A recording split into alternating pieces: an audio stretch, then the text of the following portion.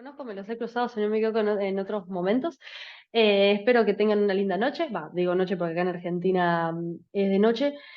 Antes de empezar, yo tengo un tema que es que hablo muy rápido, así que voy a tratar de ir yendo cada vez más lento. Igual en el momento de preguntas, mi intención es hacer una especie de ida y venida, así que todo lo que sea que no se haya entendido lo charlamos y aparte después les vamos a pasar una especie de Canva a modo de PowerPoint que resume lo que vamos a ver ahora. Como bien dijo Joaquín, la idea de este primer encuentro es que hablemos sobre algunas nociones básicas de la noción de política. Y no simplemente el concepto de política, sino aquellos conceptos que inhieren a la idea de política. Porque más o menos desde que la noción de no tanto política como aquella teoría que nosotros conocemos en las ciencias políticas, en las relaciones internacionales o en los cursos que estamos teniendo ahora, sino política como aquella actividad práctica, existe más o menos desde que existe acción humana, desde que existe conducta humana. No obstante, a lo largo de los años y en el transcurso de lo que se llama historia del pensamiento político o historia de las ideas políticas fue cambiando. La idea ahora es presentarles la base y la definición de política que tiene tanto esta academia como el curso en cuestión. Saben, capaz entre ustedes hay algún experto en filosofía o en estos temas, saben que no es lo mismo encarar cierta filosofía, cierta teoría con una versión antropológica específica a comparación a otra. Lo mismo pasa con los conceptos claves como lo son política y ética. Y a raíz de eso, después también deviene el Estado.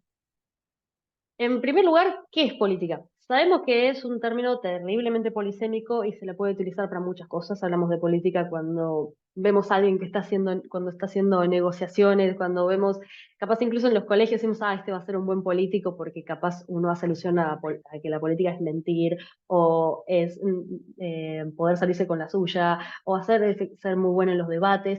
También podemos ver política cuando hablamos del bien común, cuando hablamos sobre justicia social, cuando hablamos sobre ayuda al prójimo, etcétera. Y también hablamos de política en el sentido científico o incluso académico. La ciencia política es una ciencia respetada y tenida como ciencia con un método específico y se diferencia en distintos ámbitos, ya sea política sociológica, psicológica, filosófica o comparada en el sentido de política estadística o metodológica. No obstante, la definición que vamos a tomar es la definición, una de las más conocidas, que es la definición de Aristóteles. Cuando Aristóteles trata de entender qué es la política, siempre va a hacer referencia primero al ser humano y a nuestra naturaleza. Él no va a decir que el ser humano es un ser social, porque un ser social, por ejemplo, son los lobos, un ser social son las abejas. Son animales sin la capacidad racional ni libre albedrío que nosotros tenemos, pero que efectivamente funcionan en sociedad con muchas veces jerarquías muy marcadas, tanto desde sociedades, qué sé yo, de animales patriarcales como pueden tener los lobos o matriarcales como pueden tener los elefantes, pero las abejas y las hormigas, por ejemplo, son los ejemplos más comunes de animales sociales. Pero nosotros tenemos una particularidad que es que somos un son politicón, es decir, somos animales políticos. Para darles una especie de niveles un poco más allá que ser social o ser gregario, es decir, ser que se junta. Porque nosotros no simplemente nos juntamos, no simplemente somos sociales, no simplemente vivimos en familia o en comunidad, sino que no podemos vivir sin ella y no podemos desarrollar todo lo que nosotros podríamos llegar a ser sin ella. Esto parte desde la concepción más básica de Aristóteles de que no hay nada en sí mismo que haya explotado todas sus condiciones por el simple hecho de existir. Todo lo que es actualmente tiene un proceso, tiene un progreso. Nosotros nacemos, somos unos bebés y vamos creciendo y en el momento de nuestro crecimiento vamos descubriendo habilidades, vamos mejorando otras habilidades, nos vamos descubriendo como personas. Eh, entonces, a partir de que nosotros como seres políticos, naturalmente, empezamos viviendo en familias, de lo contrario, sin familias no podríamos subsistir. Estas familias, poco a poco, eh, con el paso del tiempo, terminan agrupándose en lo que son las aldeas, y estas aldeas poco a poco después se terminan formando en lo que se conoce como polis o ciudades. En la época de Aristóteles, en la antigua Grecia, la polis era la ciudad, y de ahí viene la noción política. ¿Por qué esta persona es política? Porque vive en polis. porque se dio cuenta que necesita de algo más que simplemente una familia o un orden. Necesita de otras personas, de instituciones, de un cierto orden de características que solamente te lo los da la ciudad y no la familia. Para ir a ejemplos más básicos, las propias nociones de educación, de salud, de desarrollo artístico, de desarrollo espiritual, se ven en las comunidades más amplias antes que en familias poco numerosas o incluso en familias numerosas. No es lo mismo la vida en la ciudad en la que nosotros nos encontramos actualmente, por ejemplo, que es simplemente en una comunidad o en una pequeña villa más chiquita. Aristóteles va observando este proceso y la noción de polis o de ser político viene desde este punto. Bien, y esto por más que puede parecer muy obvio, dentro de las ciencias políticas es muy discutido, porque tenemos otras concepciones en donde la política, la polis, no es algo en sí mismo natural, no es algo que el ser humano está llamado a formar, sino que es algo meramente artificial. A través de un contrato social, las personas tratan de dejar un poco de lado su egoísmo y terminan formando por medio de un pacto, estas son las teorías más contractualistas, un Estado. Es decir, es un pacto tácito que se firmó en algún momento y la gente sale de su estado de naturaleza para pasar a un estado más civilizado o un estado por mera decisión. Este estado contractual se contrapone mucho con la noción de política que al menos tenemos nosotros y la idea que queremos demostrar en este curso principalmente porque la idea de política primera, la noción del son politicón, le inhiere necesariamente la noción ética. Porque nosotros no podemos vivir en una polis sin las nociones propias de amistad cívica. Si la vida en Estado es una imposición, es algo meramente artificial, tampoco sería natural la propia virtud cívica, tampoco sería natural el amor o el cariño hacia la ciudad, tampoco sería natural eh, el ser compatriota, el ayudar al prójimo. En cambio, si nosotros pensamos y entendemos que la política es algo que es inherente al ser humano, como también lo es la moral, sabemos que parte de nuestra dignidad y parte de nuestra naturaleza humana también nos llama a tener esta noción de ética o este ethos, es decir, este conjunto de características específicas que hace que vivamos lo mejor posible dentro de esta polis. Habiendo hecho esas definiciones así bastante en un modo más general, obviamente podemos desarrollar mucho más y ir más a las especificidades y hacer preguntas, eso después lo dejamos para los últimos 30 minutos, pero teniendo esta noción, podemos pasar a un concepto que aparece muchísimo y lo vemos por todos lados, que es el bien común. ¿Qué es el bien común y por qué siempre se habla de bien común cuando hablamos de política? Habíamos dicho al comienzo que es desde la concepción de Aristóteles y desde esa concepción de la política como algo natural, siempre se pasa de una potencia al acto. Capaz yo puedo tener dentro de mí la potencia de ser una gran artista, pero si no tengo la ayuda y la colaboración de mis conciudadanos y de una ciudad que me dé todas las herramientas para yo desarrollarme como artista, nunca voy a llegar al acto de efectivamente ser artista. Lo mismo pasa a veces con la vida beatífica. Eh, si vivo en una constante guerra civil, con saqueos, como efectivamente había pasado al comienzo de la Edad Media, cuando se desarrollaba el feudalismo, no voy a poder tampoco tener una vida pacífica o poder vivir plena mi religión. Entonces necesito esos medios para pasar de la potencia al acto. Estos medios para poder pasar de la potencia al acto, para poder ser lo que nosotros estamos llamados a ser, para poder llegar a la felicidad, a la salvación, o para poder desarrollar todo lo que está dentro nuestro, tanto individual como comunitariamente, necesitamos un medio. Y este medio es lo que se conoce como bien común. Por eso se dice que la política debe perseguir el bien común, porque el bien común es el medio que nosotros tenemos, que la política nos da para efectivamente ser felices, llegar a la vida beatífica, llegar a la salvación y cumplir todas nuestras metas y todo lo que está en potencia dentro nuestro como seres humanos.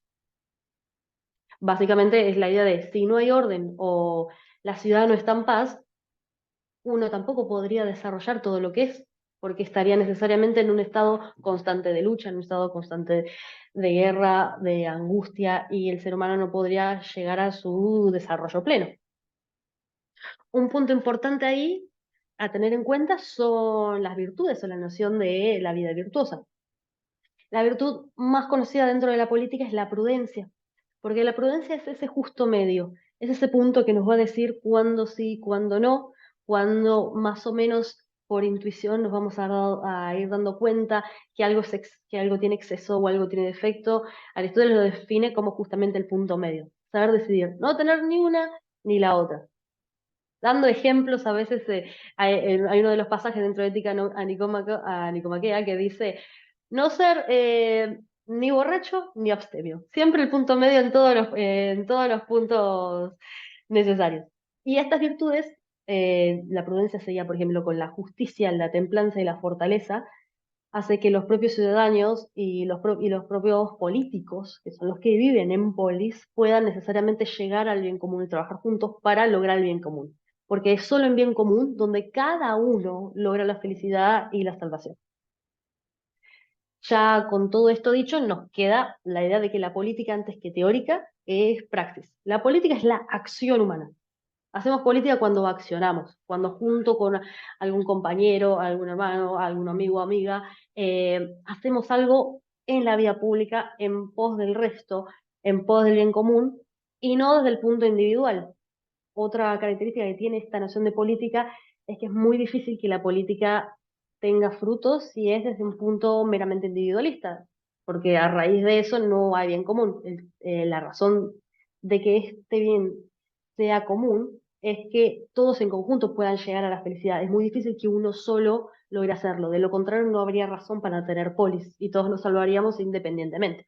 Aristóteles dice, si encontramos a algún ser humano que pueda vivir solo, sin polis, es o una bestia o un dios. Si se necesita del otro, ahí es cuando somos netamente humanos.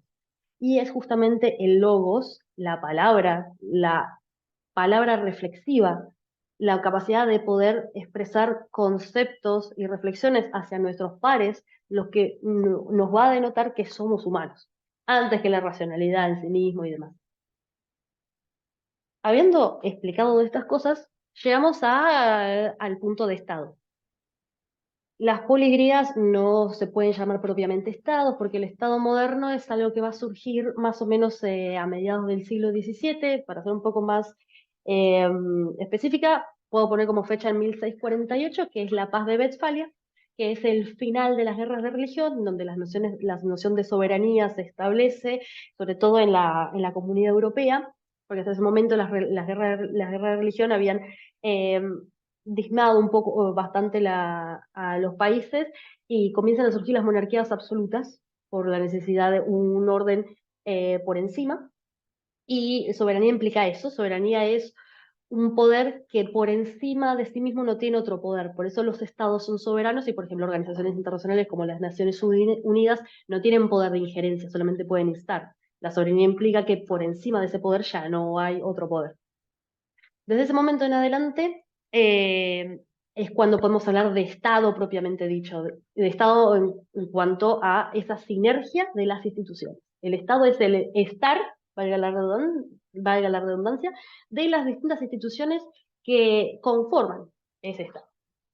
Recién ahí hablamos más nociones de Estado, pero este Estado, más allá que es, podemos decir, una instancia superior a las polis, sigue teniendo la misma noción de política, nada más que con un ordenamiento jurídico, una constitución, una politeia, diría Aristóteles, de manera distinta. Ahora, bajo la definición con la que estamos trabajando, vemos que la moral y la ética necesariamente están atadas a la política. Ni Aristóteles ni Santo Tomás de Aquino, por ejemplo, van a decir que son lo mismo. Hay ámbitos para cada uno, hay una separación de lo que es ética y lo que es política, pero nunca a un nivel maquiavélico, nunca siguiendo, por ejemplo, a Maquiavelo o a un Max Weber, sino que una va a afectar a la otra. Y la noción de Estado moderno que surge justamente a partir del siglo XVII se exacerba con el siglo XVIII y XIX, sobre todo después del iluminismo, y ni hablar después de la Primera Guerra Mundial, que es cuando el estatismo comienza a crecer fuertemente, porque gracias a la economía de guerra los estados se dieron cuenta que pueden manejar muchísimas más cosas de lo que manejaban antes. Comienza a la par a tener una idea de Estado liberal neutro.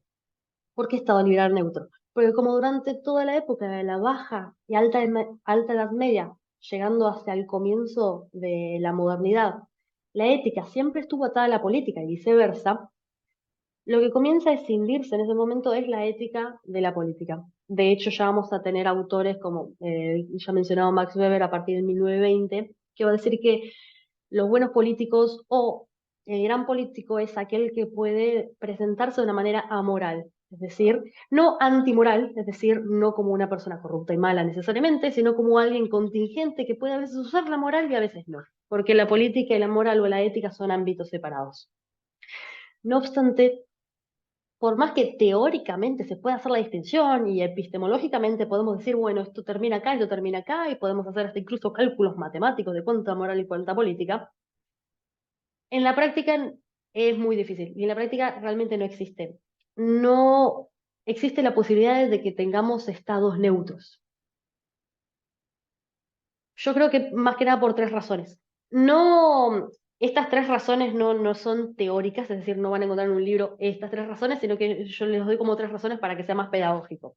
Por un lado, por una noción práctica básica.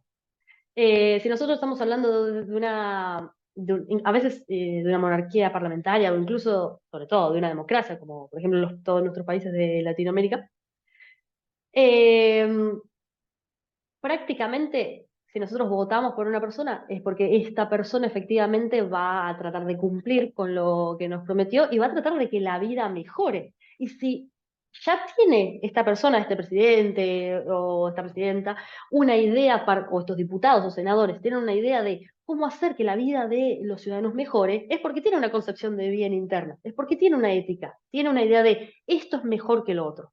Si nosotros hablamos de las nociones de vida mejor, ya la noción de mejor implica una comparación. Entonces hay algo que va a hacer que tengamos una vida menos placentera.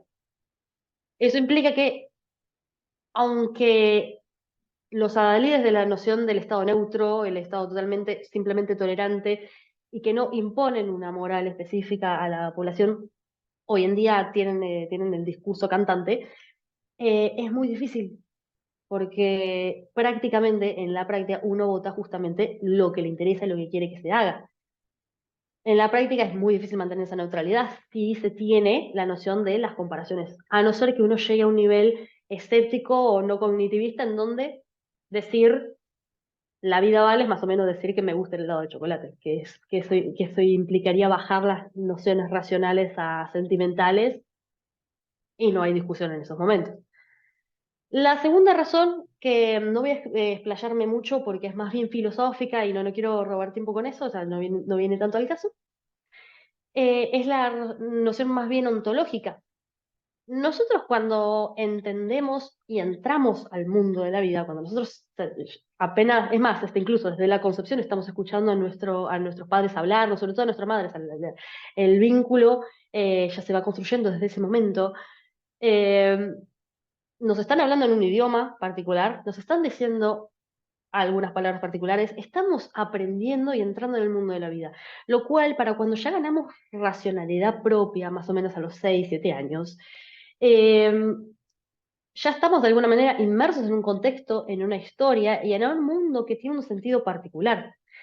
Es imposible la autonomía estricta al 100%. Ya el simple hecho de que, por ejemplo, todos acá hablamos español, ya el simple hecho de que hablemos español desde que tengamos conciencia hace que valoremos algunas cosas antes que otras que capaz el idioma alemán no tiene. Saben, vieron que a veces pasa que tenemos conceptos que no tienen traducción. Por el simple hecho de que de que estamos situados, estamos en un contexto, estamos en una historia, tenemos valores internos, es muy difícil decir, bueno, yo me escindo de todas mis concepciones desde mi momento del nacimiento y voy a hablar desde un plano al 100% objetivo. Por más que uno trate de hacerlo, y uno puede, por ejemplo, alejarse de sus posturas políticas, es muy difícil que uno se aleje de su postura cultural. De ahí que experimentemos a veces choques culturales cuando vamos a países distintos, independientemente de que los conozcamos. Eso ya de por sí es la neutralidad pura, filosóficamente y ontológicamente, ya es imposible. Y por último, tercer punto, El político tiene una obligación de tener una noción ética. No tiene obligación de tener una noción, una idea de virtud específica física, porque obviamente estas cosas van cambiando según las culturas, según los tiempos, todos vamos progresando, cambiando nuestras concepciones, y la propia historia lo va haciendo, pero la idea de vivir en una ciudad, en una polis, en un estado, es que vivamos cada vez mejor. Entonces esta persona tiene la obligación de brindarnos bien común para que todos nosotros podamos llegar a la salvación, a la felicidad, cumplamos nuestros objetivos.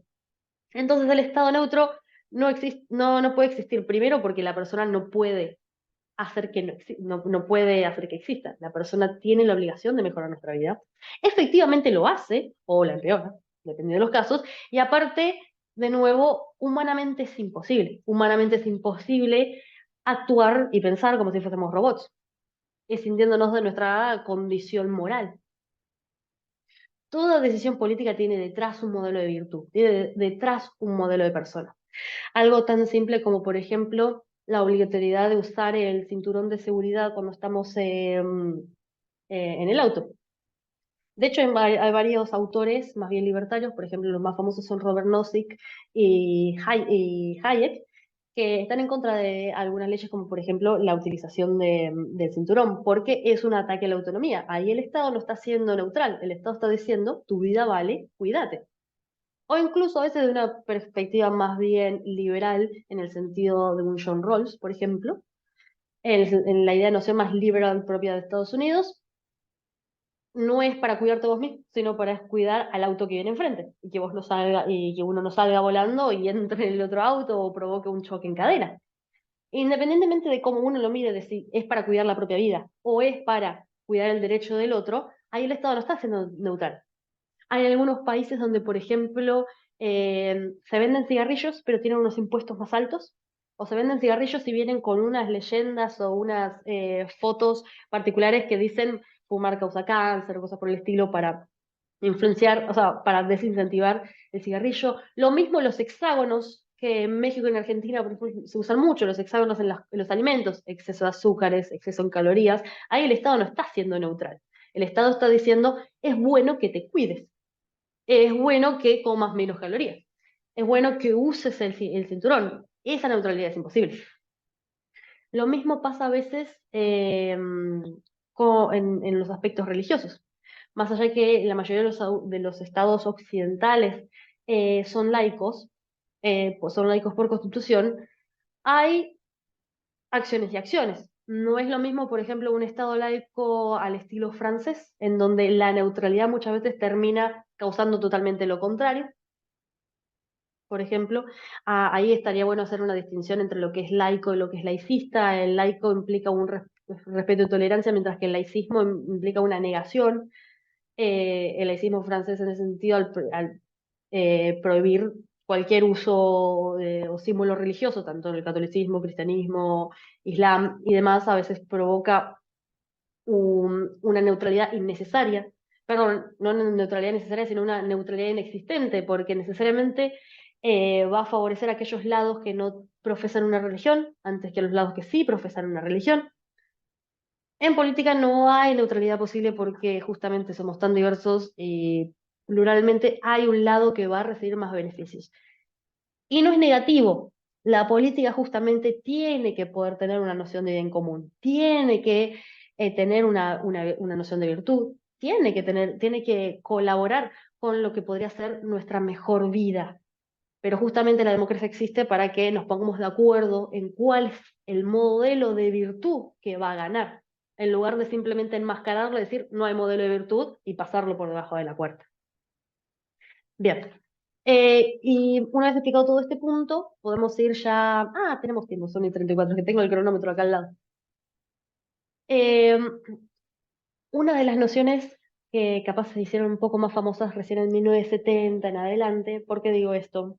Porque la verdad que es la ciencia política y la filosofía política, que es lo que estudia esto que nosotros estamos discutiendo en este momento, tuvo un periodo eh, de ensueño, por así decirlo. ¿Por qué? Después de la Segunda Guerra Mundial, toda la fe que se había puesto en el avance tecnológico, en el tecnicismo, en las ciencias, empezaron a decaer, porque la ciencia fue la que terminó creando de alguna manera, la ciencia sin moral fue la que terminó creando las bombas nucleares, la carrera armamentística y posteriormente la carrera espacial, que es lo que se llamaba la competencia espacial entre la Unión Soviética y Estados Unidos. Entonces la filosofía política pasó a un espacio pura y exclusivamente racionalista. Los behavioral studies son los que tomaron la posta. Es decir, los behavioral studies son los estudios del comportamiento. Ahí empezó el auge de la neurociencia y las nociones más filosóficas comenzaron a dejarse de lado. En ese momento, la principal idea para la formulación de políticas públicas era la utilitarista, y la utilitarista persigue la utilidad. Y una de las premisas más importantes del utilitarismo es el mayor bien para el mayor número. Si la mayoría quiere esto, se hace aquello, independientemente de lo que quiera la minoría. Más o menos para el 1971 la filosofía política renace, sobre todo con un libro que se llama eh, Justice o La Justicia de John Rawls, que es un autor de corte más bien liberal, que va a ir en contra de estas nociones utilitaristas para poder hablar sobre los derechos de las minorías y los derechos individuales de cada persona. A raíz de eso empezaron a surgir muchísimas corrientes distintas, ya sea desde comunitaristas a posmodernistas, a feministas, y la filosofía política empezó a tener otro cariz y a renacer. Desde ese momento en adelante hay 7 puntos en particular, 6, 7 puntos que se comienzan a discutir que antes no se discutían. ¿Cuál es el rol del Estado? ¿Cuál es el rol de la democracia? ¿Más redistribución de la riqueza o menos redistribución de la riqueza? Es el momento en el que empieza a surgir con toda la fuerza el feminismo, sobre todo el feminismo de la diferencia, posteriormente lo que se conoce como teoría de género. Eh, y el punto que nos interesa ahora, la falsa distinción entre aspecto público y aspecto privado. Si nosotros estamos hablando de que la ciencia política es justamente perdón, que la política es son politicones, vivir en un etos particular, en una ciudad, preocupándonos por el bien común, para poder llegar a la salvación beatífica, para poder llegar a la felicidad, para poder cumplir con nuestra naturaleza humana. eh, Somos políticos cuando cruzamos el marco de nuestra puerta, y cuando entramos a nuestra casa somos una persona totalmente distinta. Si profesamos una fe, por ejemplo, somos católicos de la puerta para adentro y dejamos de ser católicos en la vida pública. Si nosotros tenemos una concepción más bien feminista de algunas cuestiones, lo somos de la puerta para adentro o de la puerta para afuera. ¿Es posible que un vegano venda carne, se ponga una carnicería? Existe ese tipo de decisiones entre lo que es nuestra vida pública y nuestra vida privada. Ahí es cuando volvemos a una discusión viejísima que igual está muy vigente hoy en día. No hay nada nuevo bajo el sol. Todas las cosas que suelen discutir siempre atañan a la misma naturaleza humana que es desde el día que existieron los seres humanos hasta hoy en día, simplemente con otras perspectivas o incluso otros conceptos, pero los problemas siguen siendo lo mismo, seguimos siendo los mismos seres humanos, con aprendizajes, con aventuranzas y desventuranzas. Eh, y esta discusión puede comenzar más o menos desde que surge sobre todo el cristianismo y se expande por Occidente, que es lo que conocemos como los dos órdenes, las dos éticas, las dos felicidades. Siempre depende del autor que uno tome. Si hablamos, por ejemplo, de un Dante Alighieri, vamos a hablar de las dos felicidades. Un Santo Tomás de Aquino, las dos órdenes, y así sucesivamente, en donde nosotros podemos hablar de una ética personal, una ética más bien religiosa, una ética de conciencia, una felicidad beatífica y a la vez una ética política o una ética pública o una ética temporal. Podemos hablar del orden espiritual y el orden temporal. Y dentro de lo que es la ética personal o este orden temporal, la idea es que vamos a buscar siempre un fin, y este fin es nuestra felicidad, este fin último es trascendente, y en el medio tenemos un poco de política. Es decir, en esta vida en la que nosotros caminamos solos, acompañados, más cerca o alejados de Dios, tenemos otras dimensiones. tenemos otras actividades, como por ejemplo lo es la vida política, pero nuestra ética personal, tenemos nuestras convicciones, nuestras creencias, nuestras propias batallas, nuestros propios temas, que no terminan de puerta para adentro en nuestras casas, nos acompañan constantemente en todo lo que hacemos, porque si somos un individuo es porque justamente no nos dividimos, individuos, no nos dividimos, no somos individuos, al contrario, somos una unidad sustancial que encierra muchísimas dimensiones, muchísimas aristas, muchísimas características, muchísimos deseos, muchísimas formas de ser. Es esa frase retrillada de que cada ser humano es un mundo. Cada ser humano busca su felicidad, cada ser humano está tratando de acercarse como puede a ese bien trascendente. Y por un lado tenemos el otro, es el orden más espiritual. Y por otro lado tenemos el orden terrenal o la ética política, que busca el bien común, tiende a ser más contingente porque va a depender de las culturas, de la historia del país en donde nos encontramos. No es lo mismo ser buen ciudadano en Argentina que ser buen ciudadano en Arabia Saudita, no es lo mismo ser buen ciudadano en Uruguay que ser buen ciudadano en Costa de Marfil o en Burkina Faso. Pero esta búsqueda del bien común, que es contingente dependiendo de la cultura, en el fondo está ordenado a este bien trascendente, porque al fin y al cabo el bien común es este medio que nosotros utilizamos para llegar a esta ética personal y desarrollarla. Necesitamos de la ética política, pero siempre en miras a este bien trascendente, a esta última ética personal. Esto no significa que tengamos que ser hipermoralistas en un lado, pero tampoco amorales en el sentido más maquiavélico de la palabra. Maquiavelo no porque sea malvado, sino que maquiavélico porque viene de la teoría de Nicolás Maquiavelo, de una amoralidad política terrible también, en donde decimos algo del palco de la suite presidencial hacia afuera y para adentro actuamos de manera distinta. Lo mismo como ciudadanos comunes. El juicio político es un tipo de juicio moral, pero no son lo mismo, porque de lo contrario, cualquier juicio político erróneo terminaría siendo inmoral, o cualquier juicio moral terminaría siendo políticamente correcto, y no necesariamente. Tranquilamente podemos ver que, por ejemplo, un joven de 12 años comete un delito, roba algo en un supermercado, pero resulta que por su edad no es imputable. El juez lo libera, lo deja pasar con algún apercibimiento o con algún trabajo comunitario, pero eso no significa que la familia no deba reprenderlo. Ética personal por un lado, el orden de la familia, y por otro lado la política, que por más que el padre o la madre en este caso lo esté castigando, no significa que el juez tenga que castigarlo. Hay órdenes distintos. Uno individualmente decide si pagar si pagar los impuestos o no. Pero ¿cuán altos son los impuestos? Si estos impuestos van a la política de salud, si estos impuestos van a la política de educación, si estos impuestos van a ayudas sociales o no, eso ya es orden político y ética política. Se juntan necesariamente, pero se van relacionando, pero no son lo mismo. Y no hace falta a veces entenderlo desde Aristóteles, Santo Tomás o la vida misma. Ya en el propio Evangelio, cuando a Jesús lo tratan de embaucar y él dice, dar al César lo que es del César y a Dios lo que es de Dios, está haciendo esta distinción. Hay un lado y un lado, pero uno necesariamente termina subordinado al otro, porque somos un individuo y todo al fin y al cabo termina estando en miras hasta ese bien trascendente último. Bien, para hacer simplemente una conclusión final y ya si querés después pasamos a las preguntas porque veo que son y 44 y yo tengo que terminar y 45.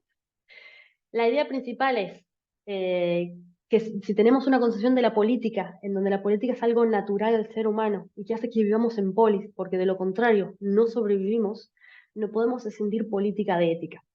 Y si no podemos escindir política de ética, nunca vamos a poder pensar y ver que un Estado es necesariamente neutro, porque aunque diga que es neutro, va a terminar pasando una noción de virtud, va a terminar mostrando una noción de bien. Y es importante que nosotros, como democracias, podamos discutir qué idea de bien común queremos tener, en lugar de que simplemente se enmascare en que no, esto es neutral, pero por debajo de la puerta se termina pasando otra idea. Y ahí es donde nuestro deber como católicos laicos también entra. Nosotros no podemos dejar de ser lo que somos cuando participamos en el ámbito público. Tenemos que ser conscientes de que este bien común está, al fin y al cabo, ordenado a este bien trascendente. Y no se puede, en ese sentido, ser un buen católico y desentenderse de lo que pasa en la comunidad, ya que la comunidad también es parte de nuestra naturaleza como son politicones. Bien, Joaco, yo con esto creo que ya hice la clausura. Mi idea es después de esto mandarles un Canva donde con una especie de resumen explica bien todo esto, así ya lo tienen como resumen de la clase.